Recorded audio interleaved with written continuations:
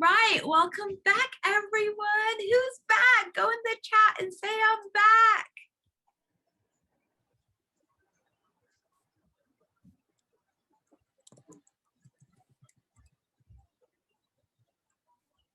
Back, Lucy's back, Angeline's back, Bob's back, Alma's here, looking beautiful as ever. Welcome in.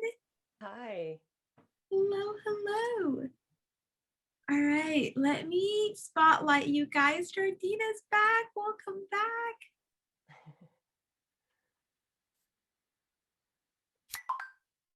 I am so excited for this next interview. Let me introduce to you Alma Galvin and Bob Dietrich. So Alma, in 1966, both of Alma's boys were diagnosed with severe ADHD, autism, and more. In fact, 2 doctors recommended she put her oldest son in an institution and move on with her life. That's how her journey began. She spent the next 7 years looking for solutions for her children. After taking multiple programs and spending tens of thousands of dollars, Alma finally found 3 programs that were game changers. In fact, the changes in her children were so dramatic, other parents asked if she could work with their children. And she has been doing that ever since. 20 years later, Alma has worked with thousands of children and families to help them overcome behavior and learning challenges caused by ADHD, autism, and much more. She has also founded BrainWorks, a brain development nonprofit dedicated to empower people to live a joyful life through brain development. Alongside her, Bob Dietrich is her co-founder of BrainWorks. He also understands the consequences of untreated ADHD. Bob grew up with a father who used drugs and alcohol to cope with his untreated and undiagnosed ADHD. And Bob witnessed his brother tragically pass away from untreated and undiagnosed ADHD. Now, Bob is dedicated to raising awareness about ADHD and other challenges and educating others about how to overcome this, how to overcome ADHD and other challenges through brain development. Bob is an entrepreneur, coach, and public speaker, and he's the host of the ADHD Toolbox and co-founder of BrainWorks. I first heard Bob speak on my business coach summit, Shanda Sumter. And when I heard Bob speak about all that he had to personally overcome, I just knew that I couldn't wait to have him and Alma on to talk to you all. I believe all of you as powerful, high-achieving women, it is so important that we have the tools that we need on how to help children that may be struggling with some of these things, but also how to not allow anyone to label us or write us off. And that's something that I have heard them speak about over and over again. So with that, I'd love to turn it over to you guys to give a little more introduction before we go into the interview. Go ahead. Fantastic. I'll let Bob, you can go first. Yeah, I certainly will. And I appreciate that. And what I'd like to say first is, you know, I'm humbled being here on a Women's Summit. I love the fact that women are empowered like this by Samar and so many other women that are out there. I was raised by a single mother. I saw firsthand how difficult it can be raising children like that. And so I'm a big supporter. And from my standpoint, and this is all I'll really say today, unless I can input anything else that's valuable, is that I'm here to support Alma, right? Alma has an amazing program. She went through 20 years of really putting her heart and soul into finding solutions and helping other families. And I'm here to support her for that. And that's part of what's making us successful is our collaboration. And as we move through this program, I'd like to encourage those of you out there that are looking to start your own thing, having partnerships is wonderful because you have somebody to bounce ideas off, especially if it's somebody who is in your is doing things that's not in your wheelhouse, right? You're not good at one thing, they're good at something, and that's how we really work well together. So I'm really the support system for Alma to get this beautiful, awesome message out. And if that inspires you in any way, then you know, I think we've done half of what we came to do. Thank you. You know, I am so honored and so excited to be able to work with Bob because, you know, I've been in the trenches figuring out what to do with my children and then working with other families as well. And the wheelhouse of technology is not in even close to where I want to really put some effort into it. So it's just, thank you so much, Bob, for all the work that you do. And thank you for inviting us to share this beautiful opportunity to all you amazing women. I'm so excited to share a little bit about my journey and certain things that have happened within myself, because I didn't realize how much I was struggling before I found brain development, before I found, actually it's called neurological reorganization. And then in trying to help my children, whoa, lo and behold, I found that I had some challenges myself, but didn't even know it because I only had myself as a reference. So thank you so much for helping us demystify some of the behaviors that we may have, but we put a different label on it. And so I feel that a huge amount of our work is changing perspectives to what's really happening in our world and in our children and within us. So we don't label it a certain way when there's a root that we can actually even take care of and show up differently. I love that. I've had a lot of labels being put on me throughout the years and growing up, you know, behavioral, whatever, all these different things, right? And I even took medicines and been on antidepressants. And I very curious on your approach to that. And sorry, I'm gonna not follow the questions. I hope that's okay. I have just some serious questions that I want to ask you guys, and we'll go into some of the questions I sent you in a little bit. But my first question is, what is your take on medication, especially within children? And what is BrainWorx? Can you tell us a little bit about BrainWorx? How does it help children? And how could it even help adults and help women in their own development? So what we do is we're a movement-based program. What I found is that, you know, I tried so many different programs out there, and I had so much that I put into it and very little came back. And so when we look at the brain and how it develops, then we're going back and finalizing certain things that just didn't get connected that first year around. Actually, let me back up a little bit. So the first year of life is super important. And in that first year of life, we actually acquire functions that will help us for the rest of our life. So once we get upright, the parts of the brain that we work with do not get developed by anything else unless we go back and mimic or replicate some of the movements that we needed to do as a baby. But because we're going back and recreating these movements, at any age we can go back and acquire functions that we didn't get. Let me just give you an example. Anxiety is one that, if the part of the brain that's called the Pons didn't get developed, then all of a sudden I'm going to be anxious constantly. So we're going to, we're going to perceive certain things that are threatening, but they're not. And so that raises our anxiety level tremendously. That's actually a function that if we had enough development in our early centers of the brain, it would calm down. And that's what we see. That's what I saw within myself and what we see with clients, that then once they do this work, then everything calms down so that I'm not in fight or flight. And maybe even looking at the bigger picture. So for us is, how can we show up as the best version of ourselves and reach our potential, but in a joyful way? So going to your question, medication from my standpoint is, some people really need it. And I'm all about every single person making the choice for their life, because nobody knows what we go through unless we're walking each step in our shoes. And so for me to say, medicine is this, medication is that, I think that each and every one of us need to go on our journey and try to figure out what works. One of the really beautiful things about our program, though, is that if we go back and address these early centers many, many times, children and adults get off of medication because our brain will actually acquire functions that then I don't have to be anxious. I can actually then focus. Focus comes in with a different part of the brain, by the way, but focus, being able to be more organized, being able to know what's priority, being able to shift gears. This is why it's like, I don't mind if you want to, like, let's just flow with wherever you want to go with today's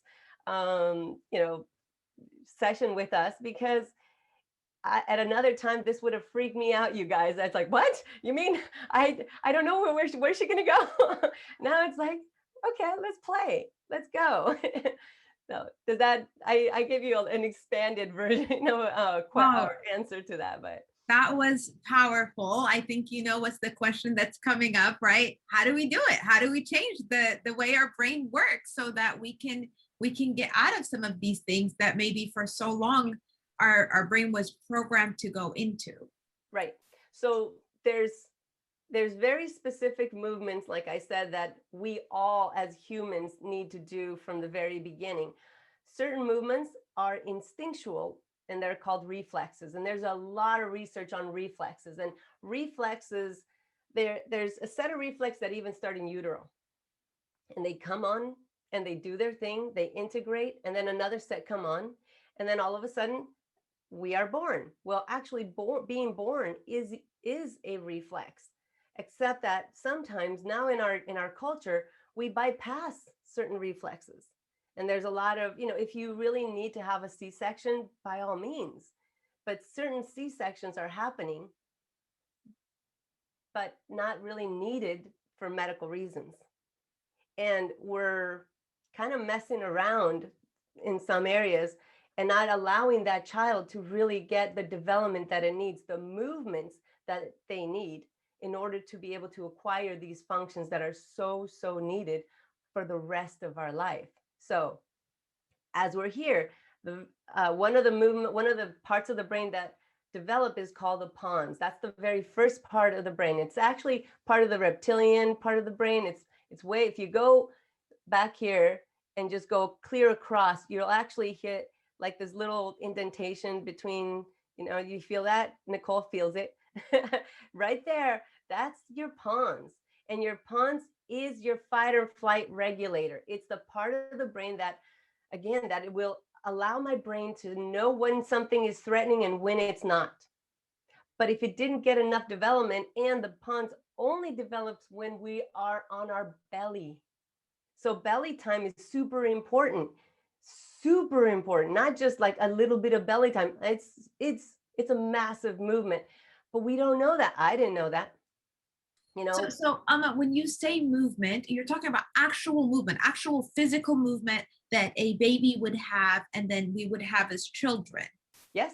And you know what's so cool? There's a plan B. And at any age, we can go back and duplicate some of those movements.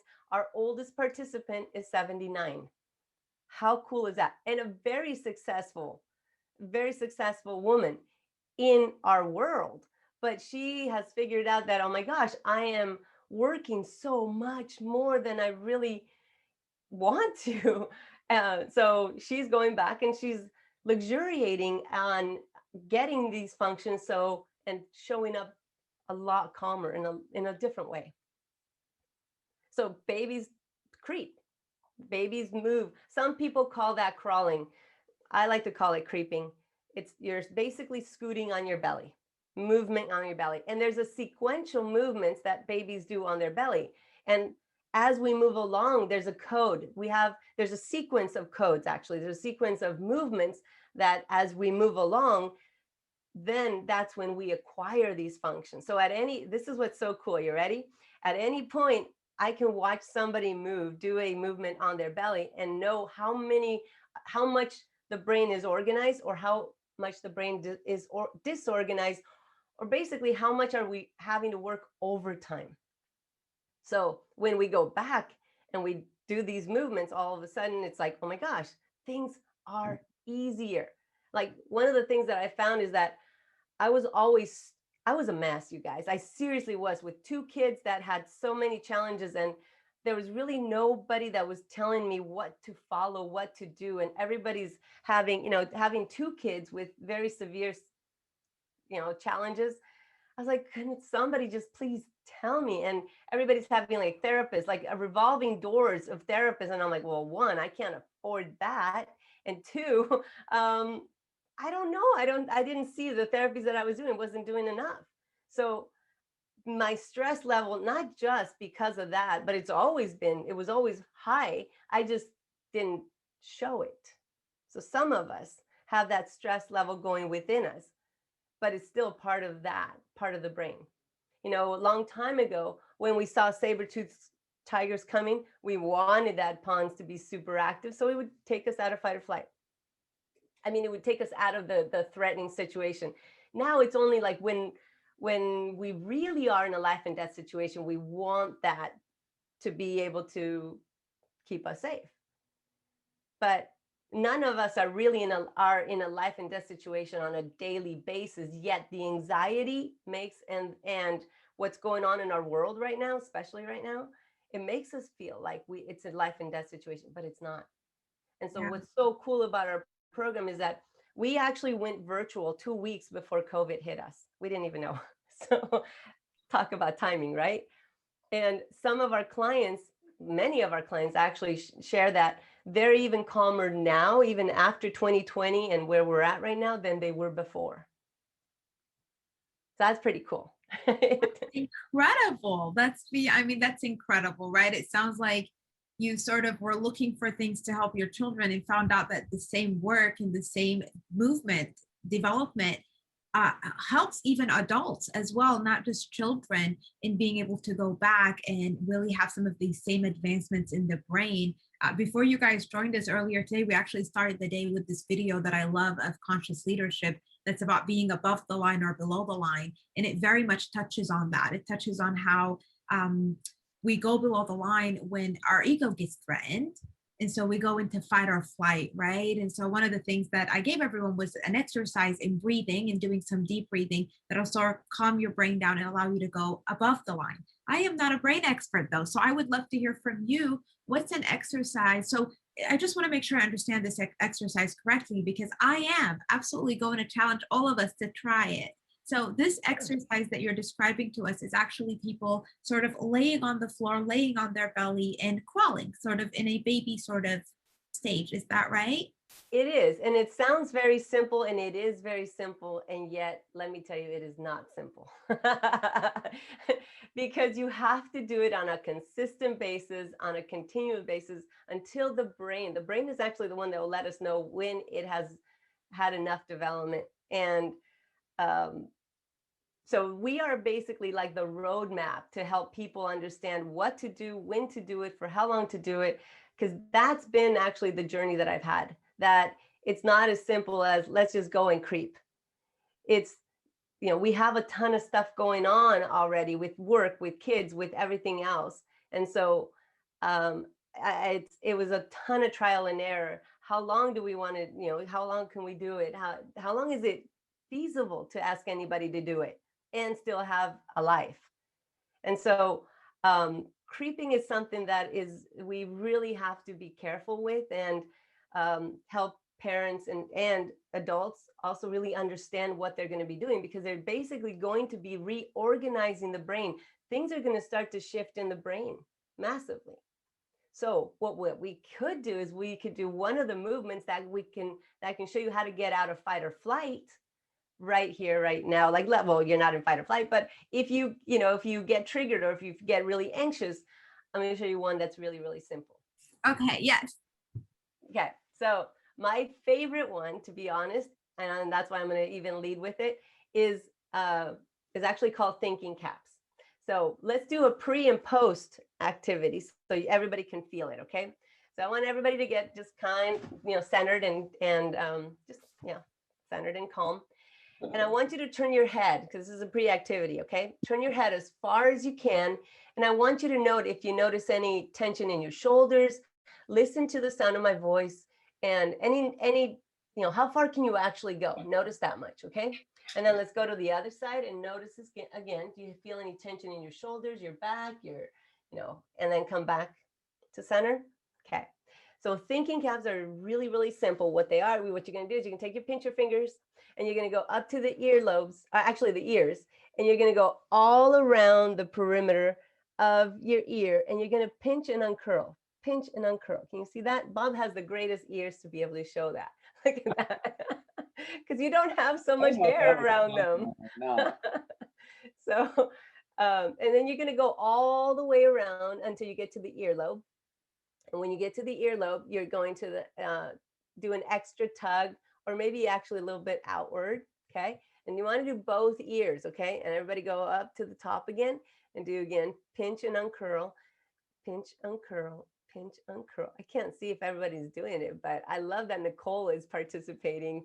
Guys, where are your cameras? Turn on your cameras. We want to see you. And awesome. And then let's do one more time.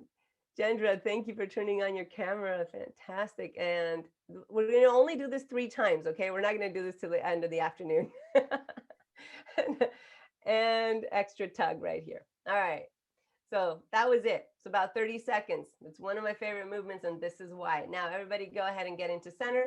And now see if you can maybe go a little further. If you notice that there's any difference in the pressure, maybe the tension in your shoulders are a little bit less. Listen to the sound of my voice. And did that change? Now let's go to the other side. I actually feel I can go even further on this one. And believe it or not, I hear my voice a little bit different after doing this. Does anybody write in the chat box if you noticed a change? Yeah, Nicole sees it. Write it. Say, I did, or yes, or whatever. So how often can we do this? You can do it as much as possible, but let me explain why this is so powerful. It's just literally like 30 seconds, right? I actually do it every time that I'm going to do something important.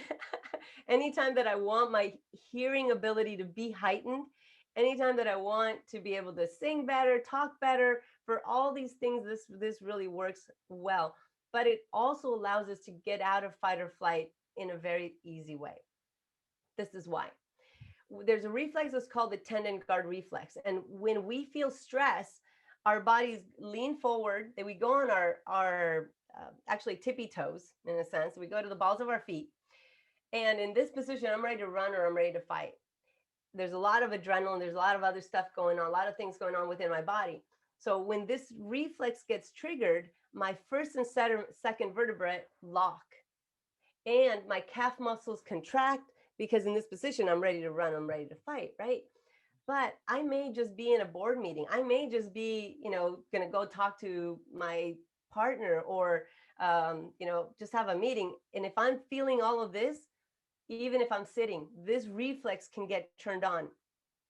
When these lock, the first and second vertebrae, my eyes go, whoa, where's the threatening sounds? And now I'm only going to be listening. I can only hear threatening vibrations, threatening sounds. And my eyes go, where is the threat?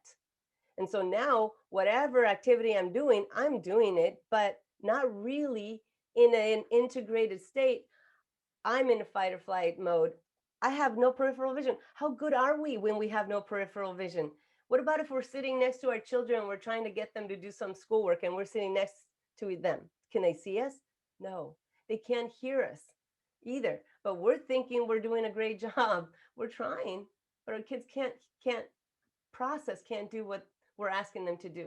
So when you are doing thinking caps, what you're really doing is you are activating acupressure points. So you're really bringing a lot of energy to all kinds of different organs, up and down your spine. Here, I asked you to do an extra tug, an extra emphasis on the earlobes. This is the acupressure point for the brain. The most important part that this happens, that this does though, is that this releases the first and second vertebrae. Now my eyes open, I have peripheral vision. Now my ears can actually hear. So you can do it at any time. When at any time. And the more that I do it, if you guys did it, I bet you felt like a ton of energy around your ears. So there's a huge amount of blood flow that comes to your ears and comes to your brain, because you're activating all of that. Let's do a post movement. Let's do that. Well, we did. Oh, you did? Okay. We did, but that's okay. And there's a lot of comments that, That's good and memory. Nicole was like, yeah, I saw. Isn't that It, cool though? Like it is. all the tension just starts to release. And the more we do this on a consistent basis, the more You that know, then, yeah. if I can add a little bit to that. So if when you're in fight or flight, a couple things happen. Alma talked about what those happen, but something happens in your brain too, and in your gut area. In your gut area, the blood flow actually shifts and it leaves your gut area, goes into your arms and legs. So you can run or you can fight, right? That's part of fight or flight.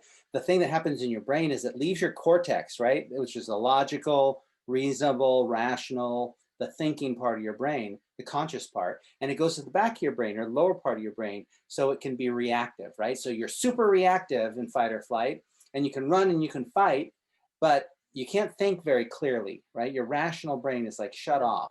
And so when people have high anxiety, right, it's usually because they're triggered into this fight or flight all the time, right? Constantly in and out of it all day long. And so by the end of the day, they're exhausted. And as a result, they also have brain fog. It's like, I can't think very clearly. Why? Well, you're in fight or flight all day long. You don't have blood flow to your cortex. So people, when they first start doing work with us, they'll complain that, maybe the first couple of days they might have headaches because for the first time in a long time, they're getting blood flow to the cortex, right? And then the headaches go away. And they don't last very long, maybe 5 minutes or so, but you're getting blood flow to the cortex. So keep in mind that children, when they have fight or flight challenges, they go into meltdowns, right? You see it in the store all the time. Children will be crying in the aisles because they can't have a box of cereal. Complete meltdown. Mom has to run out. And you used to see it before COVID, like every time you went in the store now. With adults learn to hide that better, right? And so what it looks like for us is because we push it down, it looks like anxiety. And as a Road result, rage. or rage. And so as a result, we have this constant anxiety because we're triggered all the time into fight or flight and we can't think logically. And if that's you, then that's probably what's happening with your Pons. Yeah. Wow. So much goodness. So much goodness. I'm curious to hear about your story, Alma, a little bit about how in a time when both of your boys in 1996 were diagnosed with this, and you're going from therapy for yourself, I'm sure, therapy for them, and trying to give them the right treatment.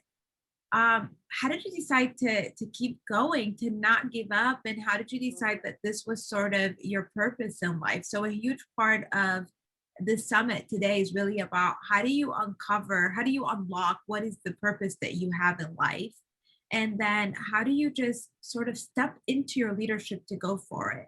So I'm very curious to hear from you, and Bob, from you as well, how you guys decided to make this your purpose in life, not give up, and continue to move forward. So going back to that space where I do remember the moment where there was those two doctors. I say that in my story because I was a young mom and I trust doctors wholeheartedly that they were educated. They knew better than I did. And so I kept asking my pediatrician first and foremost, hey, I think there's something going on with my kiddo. No, he's fine. And as he was, I kept asking and asking, and he got worse and worse as the months were going by, and I wasn't really knowing what to do. So when they finally got diagnosed, they're there and they're telling me, I really think you should put your son in an institution and move on. That was the hardest conversation I've ever had to date, because here I trusted them to give me their best advice. And I didn't really have a lot of confidence within myself, to be honest. Not in a million years did I ever think that I was going to be doing what I'm doing now, because I was super shy. I didn't want to talk to people. I didn't want to be around people. I had it all planned out. I was going to work with computers because then they don't talk back. And little did I know. So I really went into a pretty bad depression and pretty bad time, and cried a lot. I'm not a crybaby, but I cried a ton at that point, because, and it's not that a crybaby, it's just more like, I was like, let's do something. And when I hit those walls, and I'm like, I don't know what to do. the time that really I can tell you exactly where the pivotal moment was when I decided I had to do something and I was going to do something. It was 1:00 a.m. And I was like, there's got to be a massive mistake because I have 2 kids that I don't have the skills to be able to help and what to do. So as I'm crying there, all of a sudden there's an image that came in my mind of me being 80, 70, 80 years old and having the thought that said, I could have done more. I should have done more. I hate the word should, but I said that to me then. And that freaked me out so much that I'm like, okay, if they came to me for a reason, then I'm going to figure out how to help them. And that really was a pivotal moment. And so I started even searching more. And from that moment, it did still take me years until I found neurological reorganization. And when I found that was actually brain gym first, which is what we did with the ears, thinking caps, is part of brain gym. There's a lot of movements there's about 26 movements that are really beneficial. And so those were the first that I found, and then neurological reorganization. So The same as NLP, or is that different? different, very different. All of what we do is movement. NLP is a lot different. Yeah. Mm-hmm. So as I started seeing my children get better, then I started working with other families. But I mean, I could do that because it's privately, and I never advertised up until the point where BrainWorx came about. And why BrainWorx even came about was that it was all word of mouth. People would just come to me. I have a home office. They would just come to me, or I would do certain sessions on through like Skype or FaceTime. That was I thought I was like set for life because I found my purpose. I could help people, and it was great. And schools also started calling me, and so I would go and do in-services for the schools and work with children and do some programs with children. And those were extremely fun for me because I just got to work with kids and play and have fun, but we're doing brain development movements. So the kids changed a lot and I had a blast. But then I started seeing some of our children have certain behaviors and the teachers didn't know what to do. The teachers were like at wit's end, but I'm like, oh my gosh, the kid can't help it. And the teacher doesn't know what to do. And there's this feeling within me that is like, I need to do more. I'm like, no, I'm doing enough, right? I'm okay. And it just kept coming up. It's like, no, you got to do more. You got to do more. Like, gosh. And I fought that tooth and nail because I was like, I felt like I was making a difference. So I never in my wildest dreams did I really want to like go out into the world. I just wanted to have a purpose, make a difference, but do it well. And it just kept coming. And I'm like, finally, there's again, one of those pivotal moments where I'm like, all right, fine. If you want me to do more, if I'm supposed to do more, then send me a team. And lo and behold, it's super easy. A team was made. Bob came up and, that's long story. That's what it is. Here we are now. That's so Bob has a different story. Yeah, that is so incredible. And I have to just pause and let Bob go into his story as well, because I think both of your stories and you meeting, and I really do believe sometimes in just divine intervention that comes in and brings the right people together. And so, yeah, Bob, why don't you tell us a little bit about your story as well? Okay. Well, before I do, I'd like to answer Nicole's question because that's important. That ADHD, autism, OCD, whatever it is, ODD. These are all labels that we put on ourselves and our children and our other people around us. And so the question is, does it work with other things other than ADHD? And of course it does, because all of these things are brain challenges, right? They all stem from brain challenges. And as you improve the brain, you improve these challenges. Sometimes we find that all of the challenges can be resolved, and sometimes it resolves some of them, right? Like, for example, if you have autism, it'll resolve a lot of the challenges of anxiety and the confused thinking, the clouded thinking. But you may still have autism when you're done, but at least you have a lot of the weight taken off your shoulders. Now you can just deal with the autism, for example, right? So there's a lot that can be done, and we hate putting labels on it because it does create this confusion. Well, does it work with this and doesn't work with that? Yes, because it all stems and is rooted in the brain. So yeah, when I met Alma, it was kind of crazy because I had been engaged in, well, I had a business that had gone on for about 15 years, and I was really kind of burnt out on it. I wanted to move on to something else, and I really wanted to do more public speaking because that's where I had a passion. But I was finding that I was, when I was getting on stage, I was really nervous still. After 18 years of public speaking, I'm still nervous getting on stage. And I think some of you know what I'm talking about, you know, that those butterflies that get in your stomach. And when you have that feeling, you're really going into fight or flight. I didn't know it at the time, but I'm going into fight or flight. And I'm wondering why all my speeches were starting off really bad and I couldn't remember anything because I wasn't getting blood flow to my cortex. I had no idea at the time, right? And so before I met Alma, I made I kind of set this intention. I said, you know what? I am going to find something that is going to knock the socks off the personal development world, right? Something that's going to take it to the next level, because I knew the personal development world, which is very dear to me because it really helped me through a lot of the challenges I had. I knew that it only went so far. And really the whole idea there is how do you change your subconscious thinking, which runs 99% of your life, so you can get more of what you want.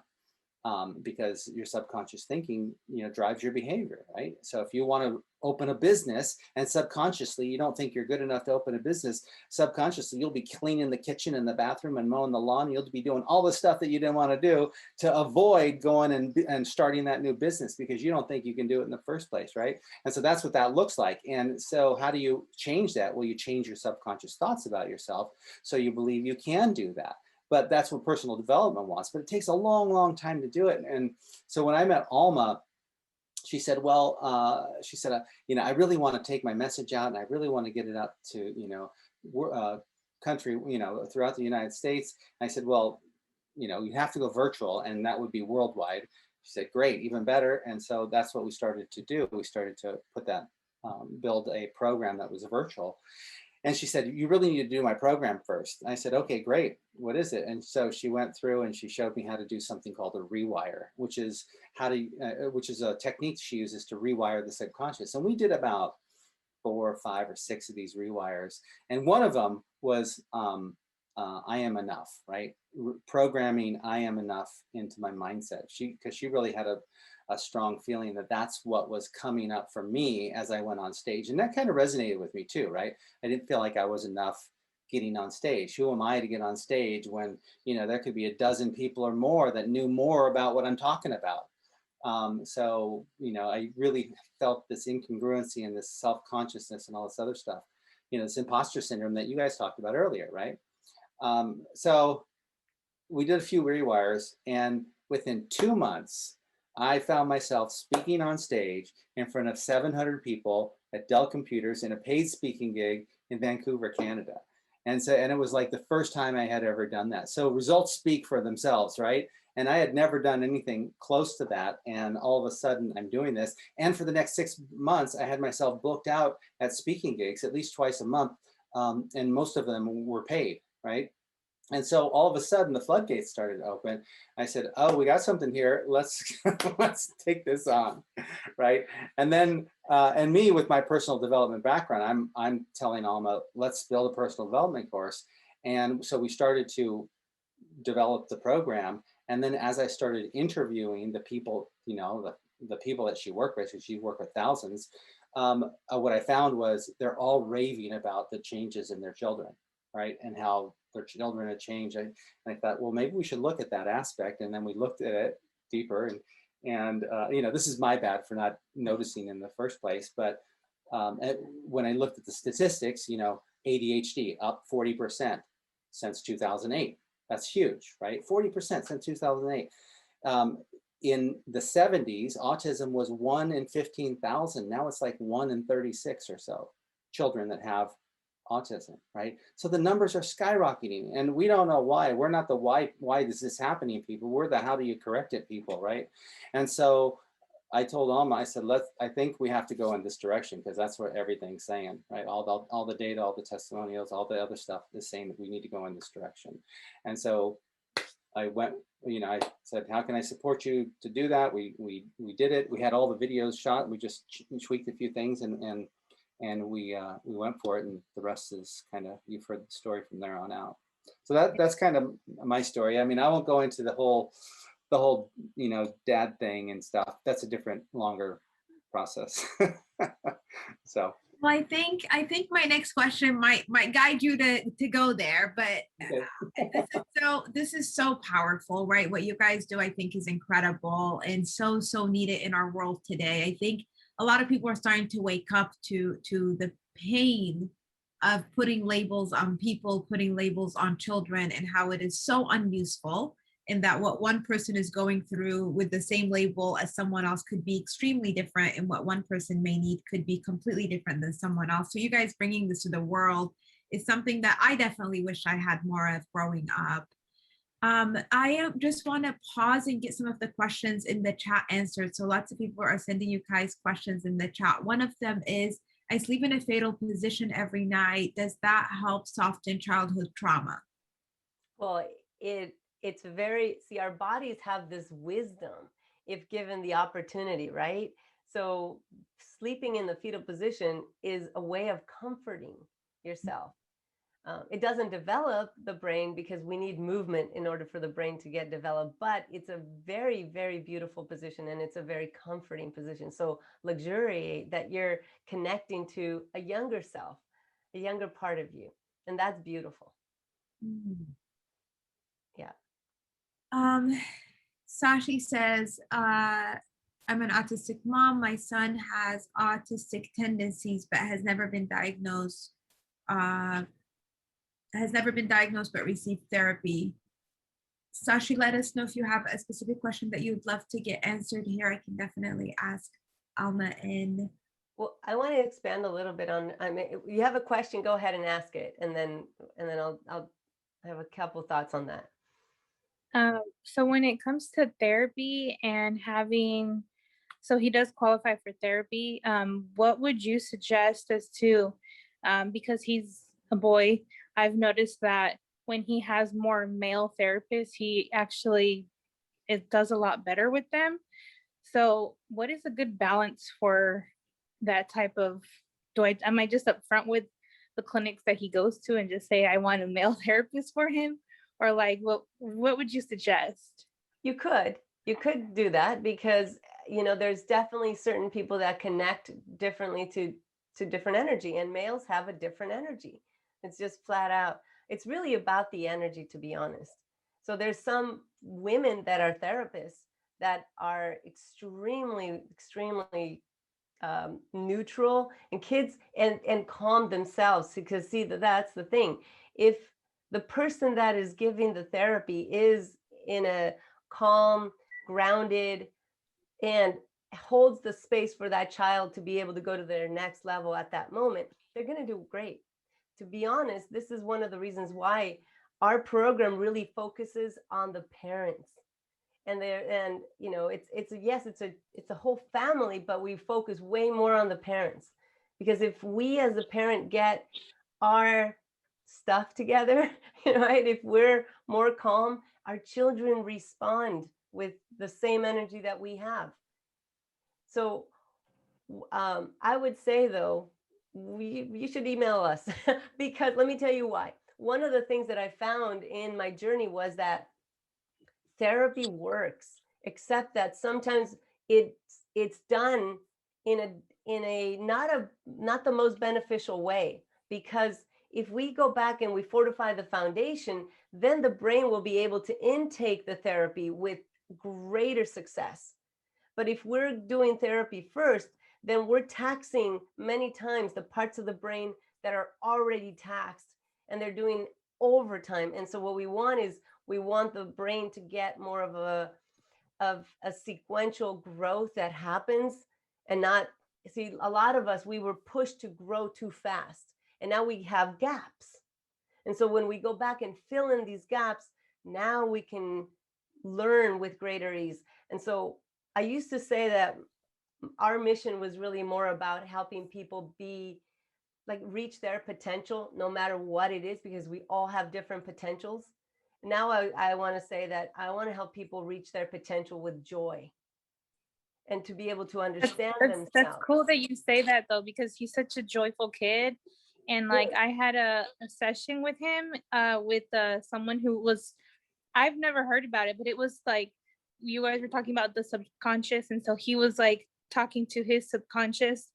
And so I kind of know how he is at emotionally by what he draws, because he loves drawing. And so I noticed the definite like shifts in his drawing when after that session with that Beautiful. subconscious person. So I was like, that is so weird, because that's not like typical therapy, but it was like pretty like night day difference when it came to his drawings. And I was like, that is really cool. That's beautiful. The subconscious runs us. I'm very curious about something that you said, Alma, and thank you, Sashi, for that. That's so beautiful. I'm curious on, you said that you focus more on the parents rather than the kids themselves, and that sort of when the parents make the shift, that impacts the children. And I have a cousin who is autistic. He's about 17 now. And I don't think once have I heard his parents doing anything for themselves, right? It was mostly they were doing things for the kid. And I'm just curious on how did you find that? What's the research behind that? Like, yeah, just tell me more. So this is what's so funny that, you know, I love that you understand the divine timing and divine guidance, because I really think that if I would have found this and my children would have been able to do these movements by themselves, I would have said, hey, go do this. And they would have done it, right? They couldn't. So I had to do every movement that I was asking them to do. I had to do it with them. And I, you know, within like a week and a half, my whole household simmered down. And I thought it was because my kids were changing. No, the honest truth is because I was changing. And so again, it's been that journey of trying to figure out what was really working. And when it really hit me that, you know, parents would bring their kids and I would work with their kids, and then they would take them home, and I could get the kid to do anything I wanted them to do, because I know enough about how not to trigger the brain to go into fight or flight, to be able to entice it, to be able to play with them in such a way that it's fun, although they think that they're doing something fun, but it's all my movements, all the movements that I especially like with the schools, they were just fun. The kids thought they were playing, but they were not just playing. So then I was like, what? There's something missing. There's something missing. I can get any kid to do it, and it's great. And then parents go, it's like, nope, he's still doing this. He's still doing that. And I'm like, it's us. It's us. So now the way that if we, this is the, then there's more research on that. What you're saying is that, to be honest, whatever we're doing, our children are going to mimic us. So we imprint them from the very beginning with our habits, with our thoughts, with what we think, with what we believe. And so then if we have certain deficits, they're going to feel it, they're going to know it, they're going to take it on. So I'm like, this could be generational as well, right? Oh, absolutely. Absolutely. Yeah, but we often hear about that, where it's like, this is generational trauma. I'm carrying on trauma, not just from possibly my mom, but it could also go back from my grandparents, right? Yes. Or even farther back. Yes. Well, especially your grandmother, your mom and your grandmother, because there's an energy that was already within your grandmother that became your mom, and then you were part of your mom. So absolutely. And, you know, this is the part that the emotional component was such a big deal, which is the rewires. It's my favorite part of the whole program, because I started doing the movements. I started being able to have a bigger bandwidth, started being able to do more with less stress. But my children would do something and they would trigger me. And I'd be like, oh my God, this is never going to end. And they're always going to be blah, blah, blah. And I would go into the future. If they can't do this, they're not going to do that. And they're not going to do that. And they're going to be homeless. And I'd always go there. We just roll down to that point. And then when I brought down, there's a lot of different ways of rewiring the subconscious, but what we do is something very specific that within 5 minutes, we can rewire a brand new belief. That's not heard of. Usually like there's all kinds of different ones, but each and every one of the other modalities that I learned would always take more than 45 minutes to 2 hours. And it's beautiful because then it would change. That would change that belief within that person. But then I would have to go to that person, doing like hypnotherapy or things like that. Or, there's I forget this. There's all kinds of different ones. But anyway, what I decided is like, I want to be able to then change myself. And lo and behold, the more rewires I did, then my children would be flipping out. And I'm like, I'm calm because I could see the bigger picture. It wasn't about me. Before it was all about me. It was like, if I can't even get them to do this, I'm not enough. I'm not doing enough. I'm not a good parent. I'm not, and it just go on and on and on.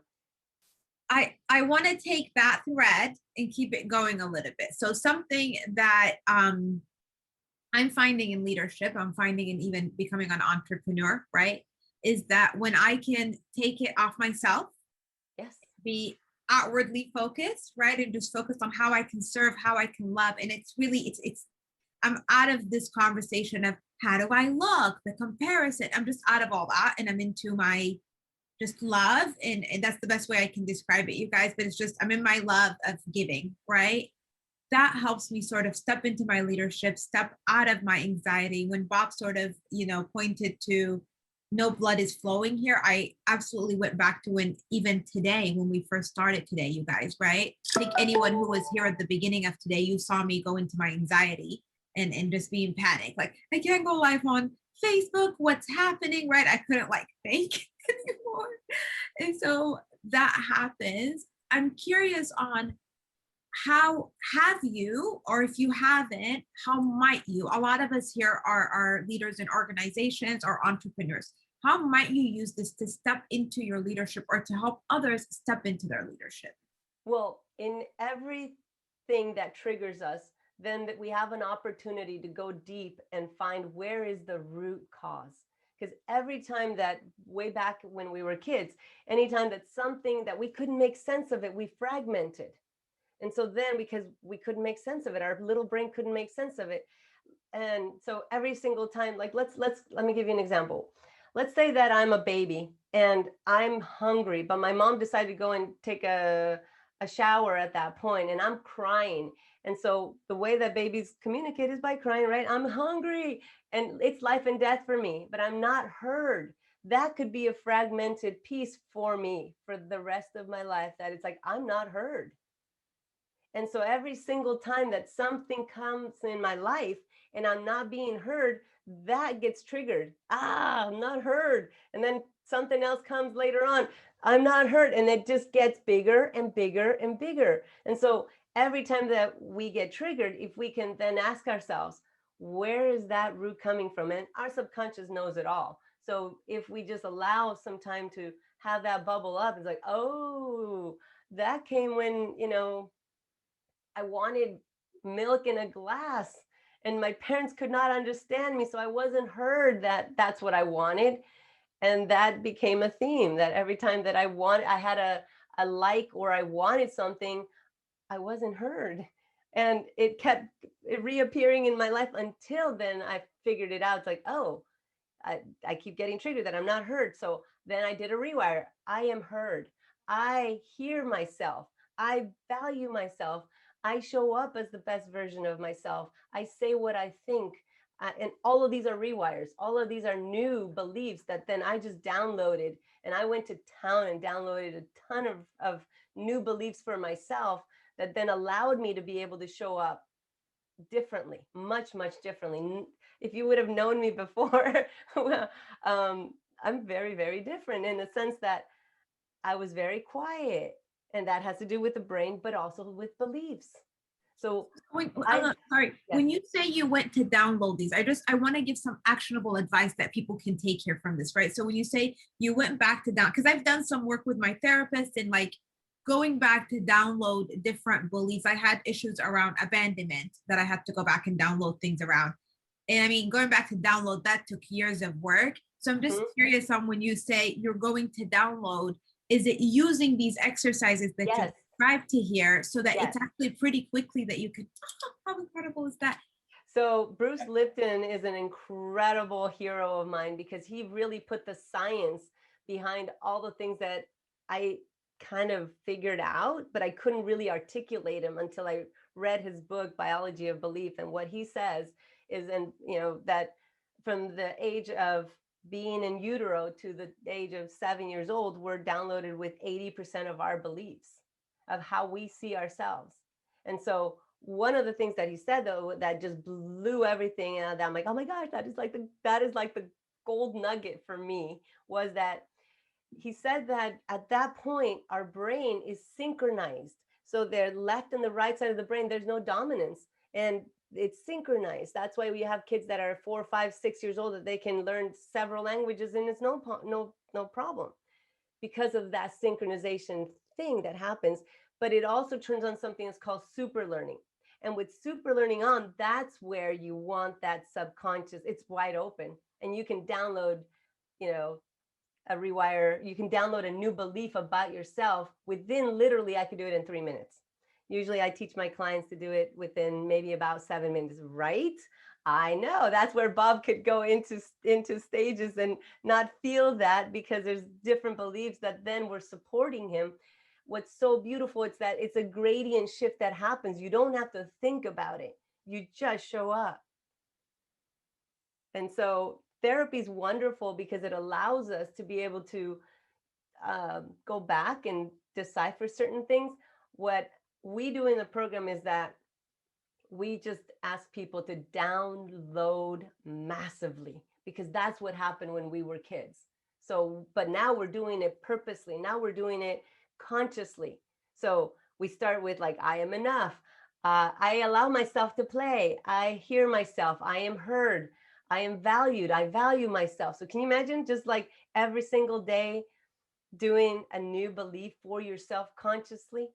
Right. Who else really wants to know the how? Is like, are you like me? In my head, all I'm doing is, can you tell me how? Can we do one now? Can you just download us all with all the good beliefs there are? I just want to take them all away. Takes a little longer than that because it's what we do in our program. It's like that's part of what we teach, and it's a process that's going to take much longer than just this hour that we had. Absolutely. But keep in mind what's happening here is that your brain has hundreds of billions of neurons, right, in your brain, and as they connect, they make a neural pathway. And so that when Alma was talking about, I didn't feel heard because of that glass of milk. Well, it wasn't about the glass of milk. It was I didn't get heard, and that neural pathway connected. And now you got that neural pathway hardwired in your brain that I'm not being heard, and it reinforces it over and over and over again because you see it in your life. And then by the time you get to adulthood, you don't feel like you're being heard, and you act that out subconsciously. And what we get to do is using the exercises that we do, it ignites those neurons to move together and start connecting. And so as you combine that with I am enough, right, and setting an intention and doing these exercises, you can actually start to get those new neurons connected. So now you have I am heard, and now I am heard is there, but I am not heard is there also. And then you get to work with that because now you've got a new road to go down that you never had before, right? And so, and then things start to change and your subconscious behavior starts to change. How powerful is this, you guys? Oh my gosh, Alma, Bob, this has been incredible. Just an incredible hour of so much learning. And, I truly believe that leadership, and at the heart of it, it really, I said this earlier, it's about who you are. And so if you're not going back and doing some of these healings and these things are still being triggered within you, it becomes very difficult to be a leader. And if you want to be an entrepreneur, that's just a different form of leadership, right? You have to lead, and it's with a much bigger audience, actually. So I would say it's a next level of leadership than when you're just maybe leading in an organization. And so I just love everything that you guys have spoke into this environment today. I want to thank you for your time. I've put brainworxinc.com. I've linked it here. Please, you guys, if you want to learn more, they have a free web class that you can go and learn more there. Is there anything else, any other places they can find you? Anything else about you that you guys would like to leave us with? Yeah. Where do we start? I think, you talked about leadership. Leadership is it's controlling your mind, but it's really controlling your subconscious. So I would say, if you want to, because leading yourself, leadership starts with leading yourself. And so if you're not leading yourself first, then how are you going to lead other people? And so, so subconscious rules 99% of that. So working on your subconscious, I would say, is a good place to start as far as leadership goes.